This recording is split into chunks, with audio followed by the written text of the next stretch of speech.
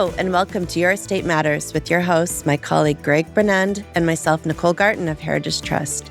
Your Estate Matters is a podcast dedicated to everything estates, including building and preserving your legacy. If it's estate related, we'll be talking about it. We're having the conversations today that will help Canadians protect their families, their assets, and their legacies tomorrow.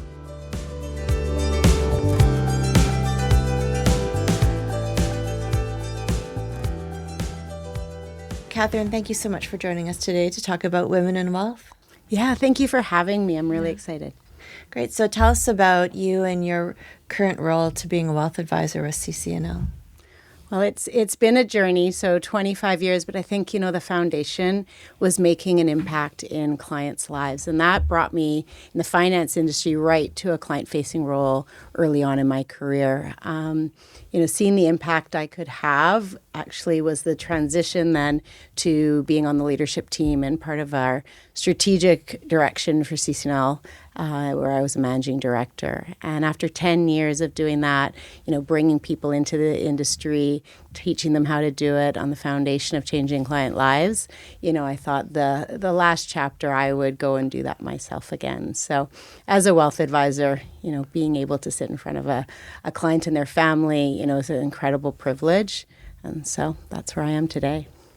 So we talked to a lot of different people from financial institutions. Tell us about Connor Clark and Lunn and its role in wealth management. Yeah, so Connor Clark and Lunn is a pension money manager, most notably in Canada and around the world. And what CC&L Private Capital is able to do is give access to not only the minds and the talent that would ultimately manage that money to individuals and their families, but really also the asset classes or types of investments that they otherwise wouldn't likely have access to. And then someone like myself would play the role of a strategist to understand, really what we're working with as far as not only the money, but the values and also the construct and ambitions that a family may have and intertwining that into an investment strategy. What are the latest statistics maybe regarding women and wealth or perhaps wealth accumulation?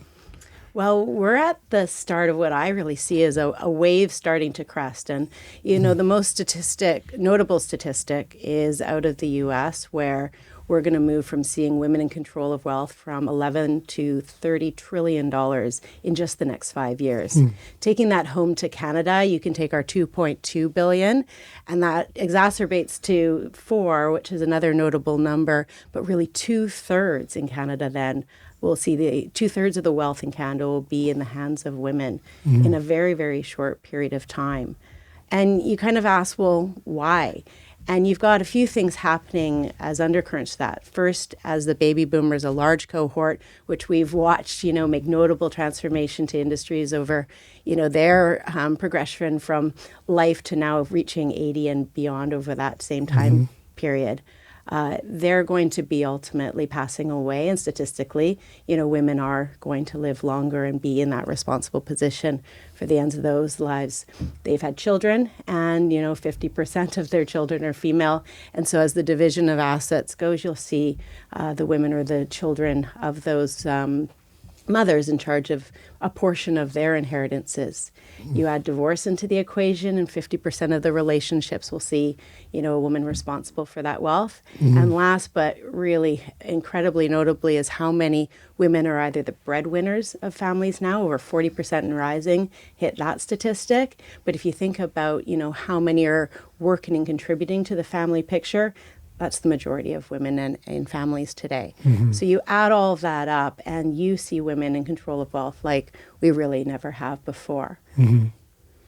So how will this so-called feminization of wealth impact the economy and society, do you think?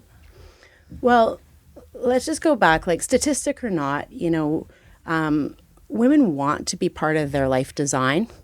I think there's a desire there for them to be part of the conversation in how a family unit, decides to spend, save, or give away. Women notably also are really attached to them, their children to be in a better responsible position than they feel they are. So, the first thing women, when you have control of wealth, will be able to make more choices about their life and get out of potentially, harmful or undesirable situations. So fundamentally, as society, I think, we're going to see women having a choice. From there, women are really driven with wealth. You see them start businesses, become entrepreneurs. You see them really thinking about what they want that wealth to do. And back to that word of impact that's driven my career, I think that's fundamental for a lot of women. And then you think about when you have control of wealth, you spend it on what matters to you. So whether it's the finance industry, and we'll probably get into investing in this, or the healthcare industry or anything, women are going to direct that wealth to what's important to them. And so that shift is going to be seen globally across all industry. So for women, do you think they invest and spend their wealth differently than men in general? Well, let's put spending aside because that's probably an easy yes. Investing, I'm going to say no. Statistically, women are more conservative. But that to me means they haven't had the resource and access to the information and education to understand investments, be catered to in the way that they wanted to learn about them to make decisions. Women want to make money. They want to have performance. That's no different. And the asset classes are agnostic really to a female or male making that decision. But I think the gap that we've missed is making sure that they feel understanding and educated on the type. So we have seen a conservatism because of a lack of understanding.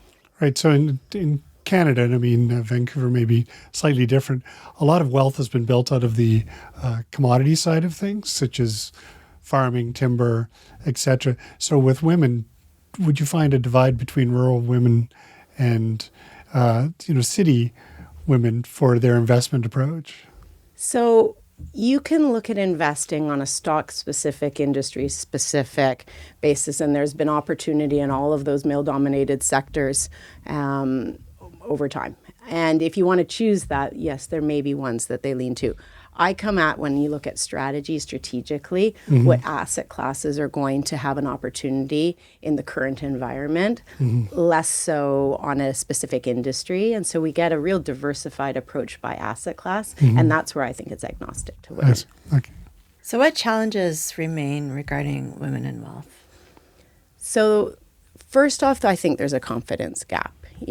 Right now, if you ask majority of women if they were put in that position of responsibility, especially ones who are older than maybe the demographic, that's working and earning today, they haven't gained that understanding, and that responsibility seems daunting.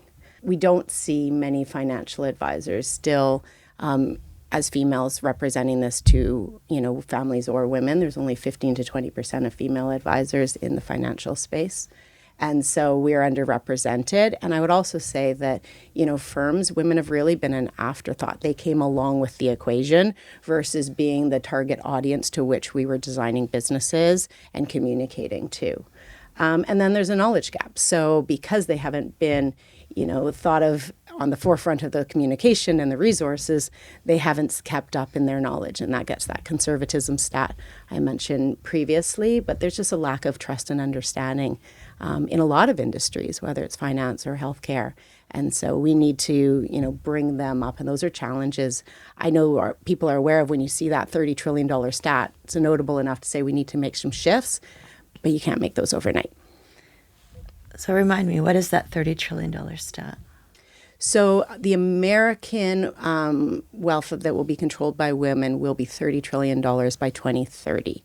In Canada, that comes to 2.2 trillion, moving to over 4 trillion, which is 2/3 of Canadian wealth will be controlled by women by 2030.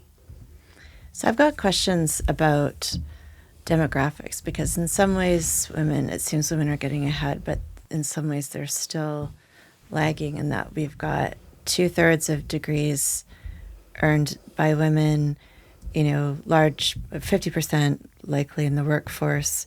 But if you look at the top earners in C-suite, it's, partners of law firms, people that are investment advisors, there's a smaller percentage. So overall, it seems like women still are making less. How does that impact their ability to build wealth? Yeah, there's a lot of systemic pieces to, why women haven't advanced to be equal right from outside of school where, yeah, you've got usually 50% or more being female today to what we see representative in partnerships and executive and having lived in a male-dominated industry, I can tell you it's just there's a lot of things, whether it's that we bear the children and, do take time off and that affects people's mindsets and coming back to work or these piece that they carry alongside their work responsibilities. I think the statistics are getting more known, but it does take really massive change, and wealth will help that. Whether they're going to build businesses on their own as entrepreneurs, I think wealth will help women become more significant players of major corporations, whether that's the affordability of the things they can do to support them in the interim of things being much more equal or, just having a little bit more of the, I guess, confidence to keep playing a role as an economic player. For women along the journey, what can women do to increase their financial knowledge? Well, I say this as consistency over intensity and a little bit over time. We all know we could go to the gym today, do the hardest workout, and it's not going to do anything. But if we went there every day or even once a week or so, we're going to see that change. So the first is to understand that, you're not going to achieve this overnight and you need to start. From there, the resources are improving, but there are people like me, that want to help educate and not just do. And so if you can pair yourself with a good professional that's going to put you on that consistent journey to kind of peel the onion back, especially, as I say, when the numbers are yours on the page, they're going to be much more relevant. My job is to empower someone to be able then to take that information and make the day-to-day decisions. I'm not walking around with anyone, whether they're buying a car or going to the grocery store. So that education is going to be fundamental. And then how, you go out and live your life. And that's the empowering piece to it. And don't overcomplicate it. There's professionals who know this work. There's professionals who know how to execute. So there's things you really don't need to know. But if you do your homework to get a professional that's going to understand and work with you well, and then teach you the things you do need to know, you're going to start in the right place versus the things that, as I said, may be overcomplicated or unnecessary. The other piece I think about is a framework. Really there's not too many variables here. You've got what you spend, you've got what you earned. Let's start and see if one covers the other. You might then need an investment portfolio to supplement the current income or the future income, or both. What's left over then allows you to spend. Those are assets like your home, which could in Vancouver be considered an investment, or they could also be the other things you're going to spend. So the variables aren't, really that different person to person, but someone who can just guide you through that simply and not overcomplicate it, will help you on the learning journey. Great. So this has been amazing. Do you have any final tips for our listeners, and particularly women looking to build wealth? I'd say start now. If you just think of the one wave that can help any investor, but especially anyone who's getting started, is the benefit of compounding and good advice. If you get into a discipline and you educate yourself along the way, you're going to be far more able to make the decisions that are aligned to the things you want to do with your wealth and make the impact you want to make. And I know that's really important to women. So, Catherine, how can our listeners find you? Well, the day of LinkedIn, I think you could just Google my name and you're going to see that come up. I'm also on the Connor Clark and Lunn Private Capital website, and all my contact details would be there. Great. Well, thank you so much. You've been a wonderful resource.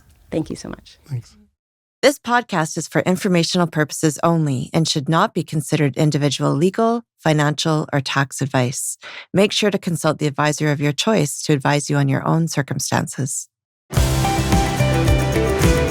Thank you for joining us for this episode of Your Estate Matters. If you like this podcast, make sure to follow it on your podcast platform of choice. Whether you are planning your own estate or you're acting as executor for somebody else's, Heritage Trust can help.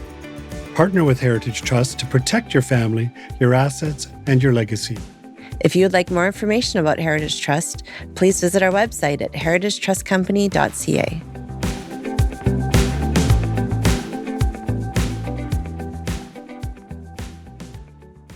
This podcast is produced by Podfather Creative.